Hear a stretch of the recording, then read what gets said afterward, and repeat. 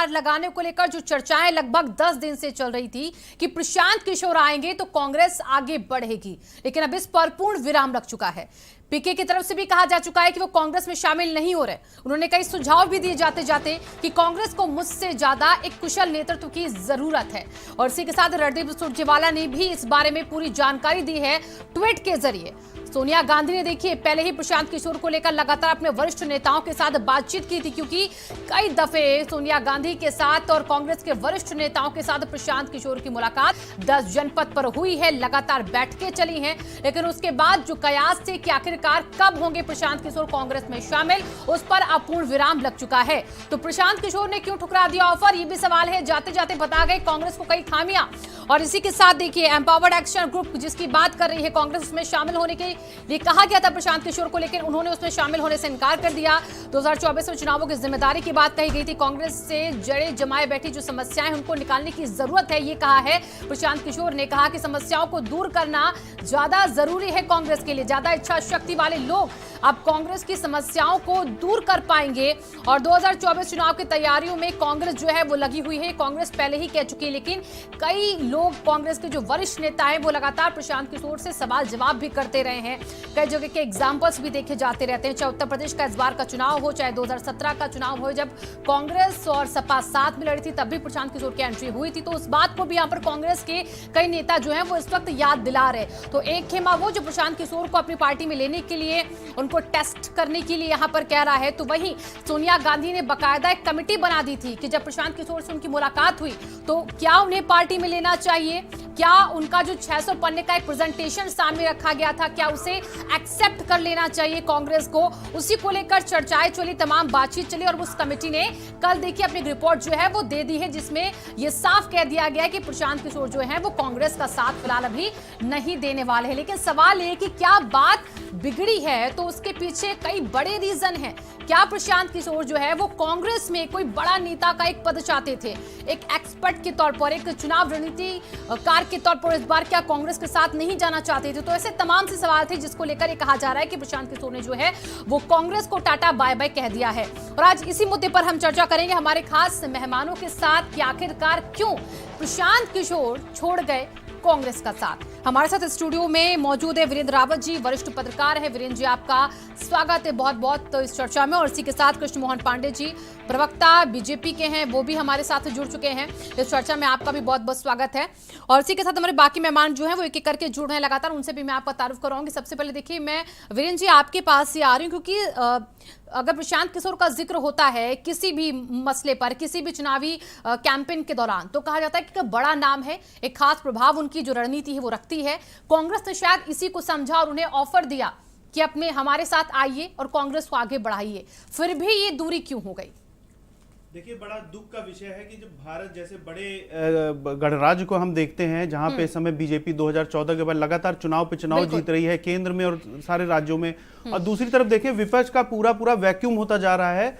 किसी भी आप पॉलिटिकल आइडियोलॉजी को अलाइन करते हो, लेकिन ये आपको मानना पड़ेगा कि जब तक एक सशक्त विपक्ष नहीं होता है तो डेमोक्रेसी के लिए बहुत अच्छी बात नहीं है। ये बड़ा दुख का विषय है। और आपने देखा कि कांग्रेस की लीडरशिप क्राइसिस जो चली आ रही है, ऑलमोस्ट 10 साल हो रहे हैं, लेकिन उसमें कोई भी एक लॉन्ग टर्म, क्या मतलब मीडियम टर्म भी कोई इस तरीका देखने मिला। अभी आपने देखा कि उत्तर प्रदेश के इलेक्शंस में किस तरह से कांग्रेस की बुरी तरह पराजय हुई है, कितनी बड़ी बड़ी रैलियां हुई, कितने मीडिया में स्पेस मिला और बड़ी बड़ी बातें हुई कि ऐसा होगा और सत्तारूढ़ दल जो बीजेपी है उसको हटाएंगे। लेकिन उसके बाद भी बहुत बुरी हालत हुई। उसके बाद भी आपने देखा, क्योंकि प्रियंका वाड्रा जो है यूपी कांग्रेस की कमान संभाल रखी थी चुनाव की, लेकिन जो नतीजे आए तो आपने देखा कि जो प्रेसिडेंट थे यूपी कांग्रेस के वो तो चले जाते हैं इस्तीफा देके, लेकिन जो जिन्होंने सीधे तौर पे कमान संभाली थी, तो इससे मैं ये बताना चाहता हूं कि कांग्रेस लीडरशिप अभी भी एक जो है कोमाटोज पोजीशन में अभी भी चली आ रही है। वो काबिज है उस लीडरशिप पे, रादर देन ये देखने की कि एक डेमोक्रेसी के लिए एक मजबूत विपक्ष का इस समय बहुत जरूरत है। और लेकिन वो अपने जो पुराने ढर्रे पे चल रही है। और गांधी फैमिली जो है, बड़े दुख का विषय है कि वो कांग्रेस को ना देख के एक जो फर्स्ट फैमिली कहा जाता है उसको आगे रख के चल रही है, और हमारे लिए एक डेमोक्रेसी के लिए अच्छी बात नहीं है। बहुत पुरानी पार्टी है, सबसे पुरानी, मुझे लगता है दुनिया की सबसे पुरानी पार्टियों में होगी, जो अभी भी जीवित है, अभी भी जिसके बहुत सारे विधायक हैं सारे राज्यों को अगर मिला ले, उसके बाद भी ये बड़ा एक सोचनीय है और हमारे लिए एक चिंता का विषय बन जाता है। बिल्कुल, यहाँ पर देखिए वीरेंद्र जी, और तमाम सवाल जो आपने यहाँ पर अभी सामने रखे हैं कि इन चीज़ों को अब समझना चाहिए कांग्रेस को। एक पारिवारिक राजनीति से हट के एक मजबूत संगठन की जरूरत हो चली है यहाँ पर कांग्रेस पार्टी को, और उसके साथ ही वो आगे जाके चुनावों में हो सकता है जीत भी पाए, अगर इस पर वो गौर करें। हमारे साथ कृष्ण मोहन पांडे जी भी जुड़े हैं, मैं उनके पास चलती हूँ। कृष्ण मोहन जी, देखिए जिस तरीके से पीके का साथ कांग्रेस को मिलने के लिए कहा जा रहा था कि फायदेमंद होगा, उनके मुफीद होगा, यानी कि प्रशांत किशोर का साथ, आपके साथ भी 14 में वो रहे हैं, तो आपको क्या लग रहा है कि प्रशांत किशोर का इस तरीके से कांग्रेस से दूर जाना उनके लिए फायदेमंद हुआ या नुकसानदेह हुआ? देखिए, मैं सबसे आपको पहली बात बता दूं, प्रशांत किशोर जी किसके साथ जुड़ते हैं, किसके साथ नहीं जुड़ते हैं, ये उनका व्यक्तिगत मामला है। और कांग्रेस किन लोगों को अपने साथ जोड़ती है या नहीं जोड़ती है, ये स्वतःपूर्ण रूप से कांग्रेस का ये व्यक्तिगत निहित मामला है। परंतु यदि आप ठीक ढंग से कांग्रेस को देखें तो कांग्रेस पार्टी एक पार्टी नहीं है जो समाज, राष्ट्र और राष्ट्र का चिंतन हो उसके पास। कांग्रेस एक परिवार की प्राइवेट लिमिटेड कंपनी है, और उस प्राइवेट लिमिटेड कंपनी में एक डायरेक्टर होता है, एक सीईओ होता है, जिसमें कि सीईओ उसमें आदरणीय सोनिया जी हैं और डायरेक्टर बाकी उनके पुत्र और पुत्रियां हैं। बाकी कांग्रेस के किसी भी कार्यकर्ता से कोई मतलब नहीं है, क्योंकि उनको राष्ट्र की चिंता नहीं है, उनको अपने परिवार की चिंता है कि मेरा बेटा कैसे ठीक रहेगा, मेरी बेटी किस पद पर रहेगी तो ठीक रहेगी, मेरा परिवार का इस कंपनी पे कैसे हस्तक्षेप ज्यादा रहेगा। ये प्राइवेट लिमिटेड कंपनी की तरह चलाते हैं। और कांग्रेस के जितने भी कार्यकर्ता हैं वो सारे कार्यकर्ताओं को अब ये कार्यकर्ता नहीं मजदूर मानते हैं कि किसी भी हालत में ये आए, मजदूरी करें, अब मजदूरी करके हमारी कंपनी को आगे बढ़ाएं, मजबूती से हमारी कंपनी आगे, परंतु वो उसमें कोई प्रश्न चिन्ह ना पूछे, कोई उसमें अपनी राय ना दे, कोई अपनी सलाह ना दे, क्योंकि वहां पे वन मैन आर्मी है, जो मैडम कहेंगी वही होगा। तो देखिए, किसी भी राष्ट्र में लोकतंत्र, किसी भी मजबूत लोकतंत्र के लिए विपक्ष का होना वास्तव में बहुत अच्छी बात है, और एक स्वस्थ लोकतंत्र की एक खूबसूरती है। हम भी विपक्ष में रहे हैं और भारतीय जनता पार्टी 90 दिन तक विपक्ष में रही है, परंतु कांग्रेस विपक्ष में रहना नहीं चाहती है। कांग्रेस तो एक प्राइवेट लिमिटेड कंपनी की तरह चलना चाहती है। आप देखेंगे कांग्रेस के इतिहास को उठाकर तो इंदिरा नेहरू जी के बाद से इंदिरा जी आ गई, इंदिरा जी के बाद से उस परिवार, उस पार्टी, उस प्राइवेट लिमिटेड कंपनी पे मजबूती से राजीव गांधी का हस्तक्षेप हो गया और संजय गांधी का हो गया। उसके बाद से किसी के मजबूती से तो सोनिया गांधी आ गई, सोनिया गांधी के आने के बाद से राहुल गांधी आ गए, राहुल गांधी के बाद से प्रियंका। तो एक परिवार की परिपाटी है, ये परिवार की पार्टी है, और इनको देश, समाज, राष्ट्र से और राष्ट्र चिंतन से कोई मतलब नहीं है। कांग्रेस का हश्र वही होगा ठीक है कृष्ण मोहन जी, जिस परिवारवाद की आप बात करें उसी परिवारवाद का जिक्र यहाँ पर 600 पन्ने की प्रेजेंटेशन में प्रशांत किशोर ने भी किया है। और मैं हमारे बीच देखिए ओमकार नाजी भी जुड़ चुके हैं कांग्रेस से। ओमकार जी, स्वागत है आपका चर्चा में। देखिए, सवाल खड़े हो रहे तमाम कि आपको प्रशांत किशोर का सहारा था, लेकिन वो अब जब दूर चले गए हैं और जो सुझाव दिए गए हैं, क्या आप उन पर गौर कर रहे हैं, और बात आखिरकार क्यों नहीं बनी? काफी लंबा मंथन चला, 10 दिनों तक चर्चाएं थी कि वो कांग्रेस में आएंगे या नहीं आएंगे, आखिरकार वो फुल स्टॉप हो चुकी हैं सारी चर्चाएं, अब क्यों? देखिए, प्रशांत किशोर जी एक राजनीतिक विश्लेषक हैं और वो एक कंपनी चलाते हैं जिसमें विभिन्न पार्टियों को मदद करते रहते हैं, और उस मदद के हिसाब से चीजें चलती रहती हैं उनकी। कांग्रेस पार्टी से भी 1-2 बार उनका मिले, एक आध चुनाव में उन्होंने क्या कहते हैं काम भी किया, लेकिन कोई बहुत अच्छा रिजल्ट तो आया नहीं। फिर दोबारा वो आए, उन्होंने एक सुझाव दिया। कांग्रेस पार्टी एक बहुत पुरानी पार्टी, और उस पार्टी में कम से कम इतना तो है ही है, हमारे भाई पांडे जी ने बहुत हमारी आलोचना की, उनका हक भी है आलोचना करने का, और अभी चाहिए ताकि आदमी को पता चले उसकी कमियां क्या हैं। लेकिन उनको हम बताना चाहते हैं कि प्रशांत किशोर के आने और ना आने से कांग्रेस पार्टी का कोई फर्क नहीं पड़ता, इसलिए कि वो एक इलेक्शन स्ट्रेटेजिस्ट है, वो स्ट्रेटेजी अपना स्ट्रेटेजी बता सकते हैं। ये पार्टी के ऊपर निर्भर करता है कि पार्टी उस पर क्या विचार करे। वो जिस तरह से चाहते थे आना, उस समय उस तरह से हमारी पार्टी उनको नहीं लेना चाहती थी, तो वो नहीं आए। तो उनकी वो मांग अपनी क्या अलग थी बात ओमकार है। जी? क्या एक बड़े नेता का वो पद मांग रहे थे आपसे? क्योंकि ये नहीं, भी ये चर्चाएं हैं इसकी और जानकारी इसी वजह से हमको उनकी नहीं है। एक्सपेक्टेशंस हुई नहीं कांग्रेस में। इसकी आप सिर्फ एक जानकारी चुनाव हमको नहीं रणनीतिकार के है। तौर पर उनको देख रहे थे, लेकिन शायद उनको ये मंजूर नहीं था और यही बात मेरी जो बात कांग्रेस से तो वो पचा नहीं पा रही थी। मेरी बात तो सुने, वो हमें जानकारी नहीं है कि वो क्या मांग रहे थे, लेकिन जो भी मांग रहे थे कांग्रेस पार्टी के और नेताओं ने अपनी बातें रखी और जो उनको प्रस्ताव दिया गया वो नहीं आए, तो उसमें कोई बात नहीं है। ऐसी कौन सी बात है कि वो अगर आ जाते तो हमारा एकदम क्लियर था कि अब हम सरकार में आ रहे हैं, और नहीं आएंगे तो ये क्लियर है कि हम सरकार में नहीं आएंगे। ठीक है, चलिए, ये सब यानी चीजें कि समय आपको से फर्क नहीं कांग्रेस पड़ता इतनी ओमकार जी पुरानी वो पार्टी। आए या ना आए, लेकिन एक लंबा दौर जो चला, मंथन जो चला, जो बैठकों का दौर चला, फिर वो क्यों चला? ये भी एक सवाल खड़ा कर देता है ना। अगर इतना ही क्लियर था कि वो आए या ना आए तो उनके साथ चर्चा ही नहीं करनी चाहिए। मैं आती हूँ आपके पास, हमारे बीच के रुद्र प्रताप दुबे जी राजनीतिक विशेषज्ञ के तौर पर जुड़ चुके हैं। रुद्र जी, आप भी समझते होंगे चीजों को। एक मिनट, ठीक है ओमकार जी, मैं आती हूँ आपको वक्त दूंगी, पहले सारे मेहमानों के पास चलती हूँ मैं। देखिए, सुन तो लीजिए, आप कांग्रेस की बात कर रहे हैं और कांग्रेस के आदमी से बात नहीं करना चाह रहे हैं। कांग्रेस की बात करें तो अपने मेहमानों के पास भी तो जाना है ना ओमकार जी। कर रहे हैं आप, दूसरे से राय लीजिए। ओमकार जी आपके पास आती हूँ मैं। नमस्कार, आप जब मेरी बात नहीं सुनेंगे ठीक तो है, आप बोलिए, काम कीजिए। आप 30 सेकंड में अपनी बात को फिनिश कीजिए, बोलिए।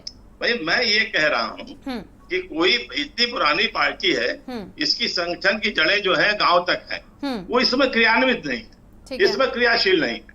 हमको क्रियाशील करने की आवश्यकता है। उस पर तरह तरह के सुझाव लोग दे सकते हैं, वो देते हैं। अगर वो चाहते हैं कि सब कुछ वही करें और पार्टी निरपैक्षी रहे तो कभी वही फिर वही आएगी जो आज ही आई है। तो इसलिए ऐसी बात नहीं है कि हम सबकी बात सब मान ही ले।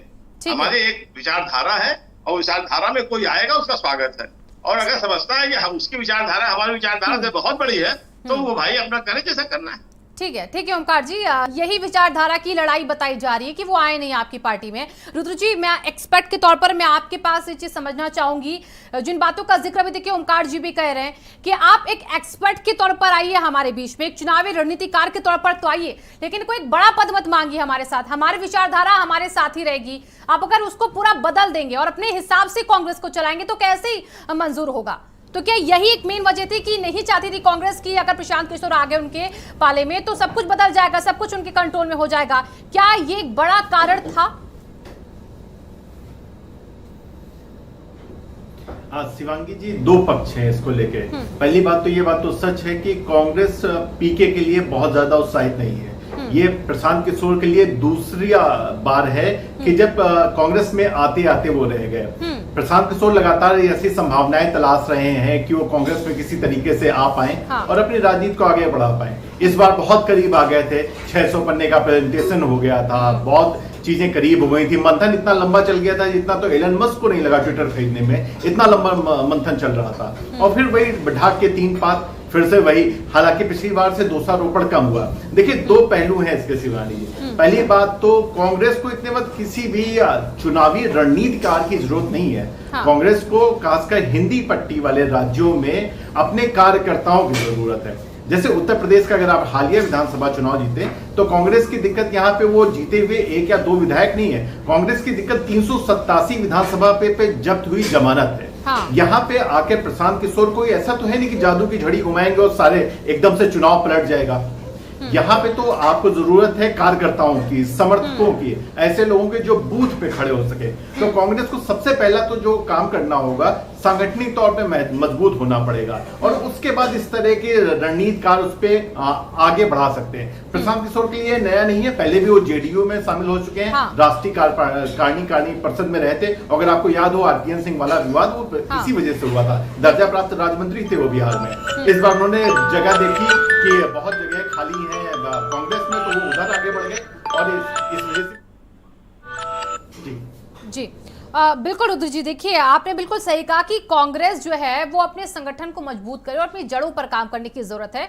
प्रशांत किशोर कितना फायदेमंद होते हैं कितना नहीं होते हैं इस पर शायद उनको भी संशय था, क्योंकि कोई आपने सही कहा कि जादू की छड़ी नहीं उनके पास कि घुमाएंगे और चुनाव जीत जाएगी कांग्रेस एकदम से। और जो सुझाव भी उन्होंने दिए वो भी कोई नए नहीं थे, वो हर पार्टी उस पर काम करती है, संगठन को मजबूत करती है, नेतृत्व को यहाँ पर देखती है।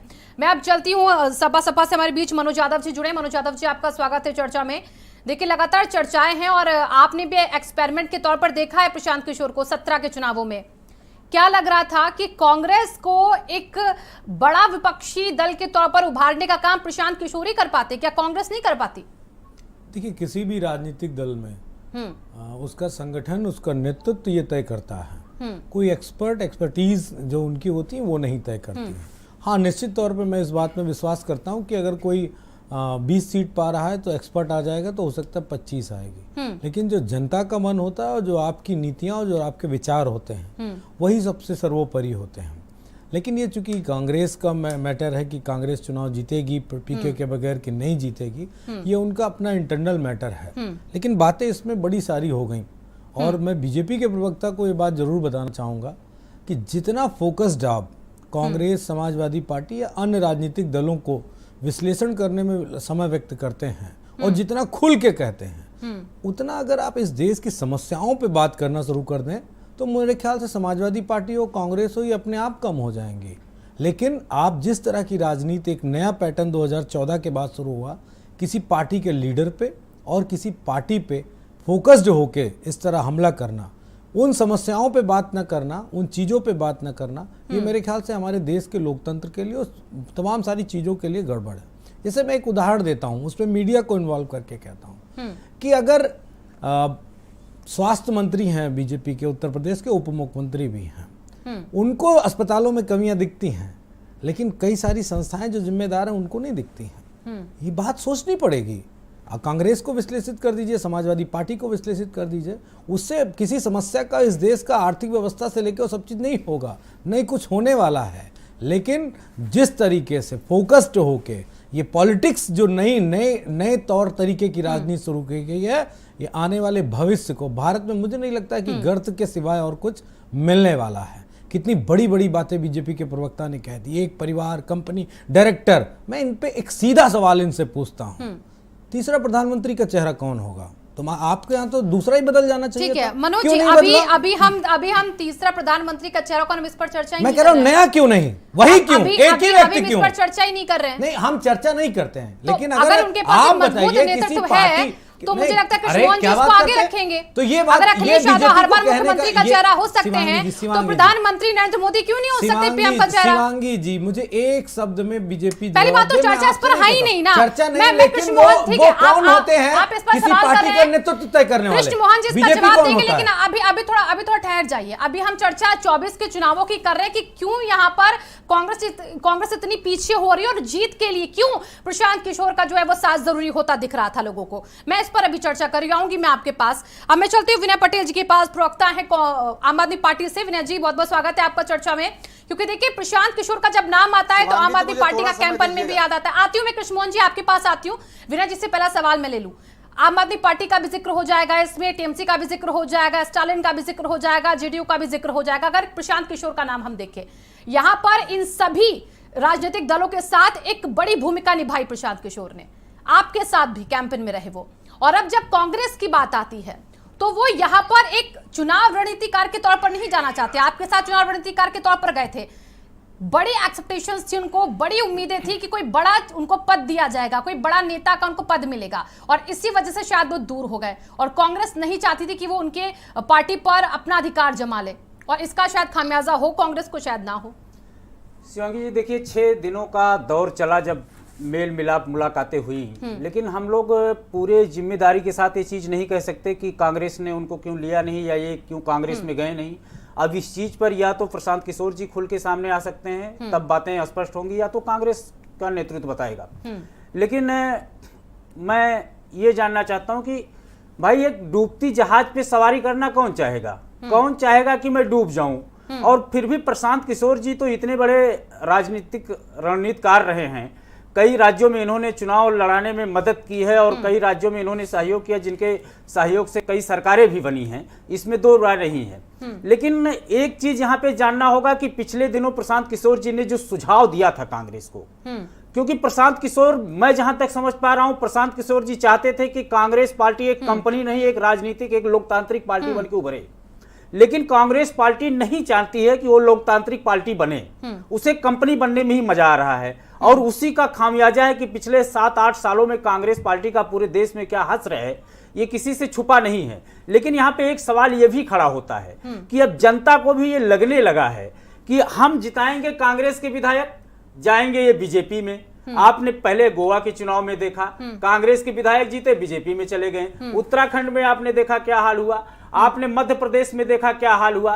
तो अब जनता जान चुकी है कांग्रेस बीजेपी, हम कांग्रेस को वोट देंगे तो बीजेपी में जाएंगे। और मुझे लगता है कि प्रशांत किशोर जी इतने बड़े रणनीतिकार हैं तो वे भी डूबते नाव पर सवारी नहीं करना चाहेंगे। और उन्होंने सुझाव दिया, उन्होंने तो बहुत कोशिश कर ली विनय जी, लेकिन कौन सी पार्टी चाहेगी कि बाहर से कोई शख्स उनकी पार्टी पर राज करे? कौन सी पार्टी? आप क्या इसे मंजूर करते? नहीं, जैसे अगर अरविंद केजरीवाल की जगह प्रशांत किशोर पूरी पार्टी चलाने लग जाते कैंपेन की जगह, तो मैं आपके चैनल पे आया हूँ। अगर मैं पहले आपको कोई सुझाव दूंगा कि चैनल का विस्तार कैसे होगा, आप मेरा सुझाव मानेंगे ही नहीं। तो आप ये कैसे डिसाइड कर सकती हैं कि मैं आपके चैनल पे पद लेने के लिए आया था, बड़ा जॉब लेने के लिए आया था? ये गारंटी आप कैसे दे सकती हैं? ये तो अंदर की बात है, तो प्रशांत किशोर बता सकते हैं या तो कांग्रेस बता सकती है। ठीक है, बिल्कुल विनय जी। देखिए, जब कोई डॉक्टर के पास हम जाते हैं तो मेडिसिन का पूरा प्रिस्क्रिप्शन देता है, कहता है सारी दवाई खाएंगे तभी आप ठीक होंगे। प्रशांत किशोर का भी 600 पन्ने का प्रेजेंटेशन कुछ वैसा ही था। कहा ये पूरा प्रेजेंटेशन आप अमल कीजिए तब हम आपके साथ आएंगे। यानी कि आप सोचिए, अध्यक्ष के चेहरे तक को उन्होंने यहां पर डिफाइन किया कि कौन होना चाहिए, कोई बाहरी होना चाहिए कार्यवाहक जो पूरा काम देखे। वो खुद को वहां पर चाहते थे, ये भी चर्चाएं थी।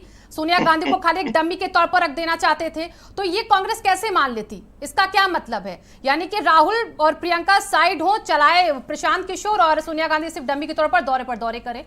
क्या ये सही होता? शिवांगी जी, आप मुझे ये बताइए। ठीक है, आती हूँ मैं आपके पास। मैं अभी कृष्ण मोहन जी के पास चलती हूँ। कृष्ण मोहन जी, आप बहुत देर से कुछ कहना चाहते, क्योंकि सपा से जो हमारे बीच में जुड़े हुए मेहमान, वो आप पर कई सवाल भी खड़े कर रहे थे मनोज जी। हालांकि वो सवाल इतर थे थोड़े आज की चर्चा से। शिवांगी जी, मैं थोड़ा समय दीजिएगा, मैं दोनों का जवाब दूं। हमारे मित्र कांग्रेसी मित्र, मैं कांग्रेस से शुरू करता हूं। हमारे कांग्रेस के मित्र ने कहा कि कांग्रेस जो है गांव की जड़ों से जुड़ी हुई है। साहब, गांव का आपने क्या स्थिति किया था 70 वर्षों में, ये बताने की आवश्यकता नहीं है। गांव की बदहाली, गांव की गरीबी, गांव की अशिक्षा, वो किसी से छिपी नहीं है। 2014 से पहले क्या स्थिति थी कि गांव में महिलाएं आंखें खराब हो जाती थी धुआं से, तो महिलाओं के साथ क्या स्थिति थी? शौचालय नहीं थे। मैं उस पर नहीं जाना चाहूंगा कि 14 में आज 14 तक आपके देश में क्या किया। यही परिणाम रहा। इसका परिणाम ये रहा कि देश की जनता ने आपको सत्ता से हटाकर भारतीय जनता पार्टी को सत्ता में लाई। अब वो गांव है जहां पर ट्वीट है, टेक्नोलॉजी है, टूरिज्म है। एक ट्वीट कीजिए, आपकी सारी व्यवस्थाएं तुरंत ठीक हो जाएगी। आप टूरिज्म गांव में, आप लोग शहरों में नहीं, गांव में टूरिज्म के लिए जा रहे हैं, पर्यटन के लिए जा रहे हैं। और टेक्नोलॉजी दिल्ली से चल के सुदूर गांव में पहुंच चुकी है, जंगल में पहुंच चुकी है। यह भारतीय जनता पार्टी का कारनामा है और उसने किया है। दूसरा, हमारे मित्र समाजवादी पार्टी के मनोज काका जी ने कहा कि समाजवादी भारतीय जनता पार्टी अपना विश्लेषण करे। हम करते हैं, हर साल करते हैं, और अपने प्रतिनिधि मंडल के साथ हमारा शीर्ष नेतृत्व तो बैठता है, चिंतन करता है, मनन करता है, और जहां पे हमारी कमियां होती है उसको दूर करके, जहां पे यदि कोई ऐसा व्यक्ति होता है जिससे कि कोई समस्या आ रही हो तो उसको दूर करके नए व्यक्ति को लाने का प्रयास करते हैं। और भारतीय जनता पार्टी रोज नूतन नए प्रयास करते हुए नए नए अपने आविष्कार कर रही है, नए नए अपने प्रयोग कर रही है, जिससे नए नए हमारे कार्यकर्ता सामने आ रहे हैं, जिससे हम आगे बढ़ते जा रहे हैं। दूसरी बात, इन्होंने कहा कि आप दूसरी पार्टियां समाप्त होती। साहब, एक एक कार्य जनता के हित के लिए एक एक कार्य रोज कर रहे हैं, और कहीं से भी कोई समस्या आती है, कोई अपनी बात कहता है, तो भारतीय जनता पार्टी का एक एक कार्यकर्ता, एक एक मंत्री, एक एक लोग जाकर वहां पे और व्यवस्थाओं को देखते हैं और उसको ठीक करने का प्रयास करते हैं। जनता इस बात को ठीक ढंग से देख रही है। और इन्होंने कहा कि तीसरा चेहरा बताइए। साहब, हम तो तीसरा नहीं 300 चेहरा बता देंगे। हमारा शीर्ष नेतृत्व हमारे मुख्यमंत्री को, जो रूलिंग मुख्यमंत्री ठीक है, चलिए उसको शाम को कहता है। इस चर्चा को मैं अभी यहीं पर रुकूंगी। छोटे से ब्रेक के लिए मुझे रुकना होगा। ब्रेक के बाद वापस आएंगे तो चर्चा को आगे बढ़ाएंगे। छोटे से ब्रेक का वक्त है, फौरन होंगे हाजिर।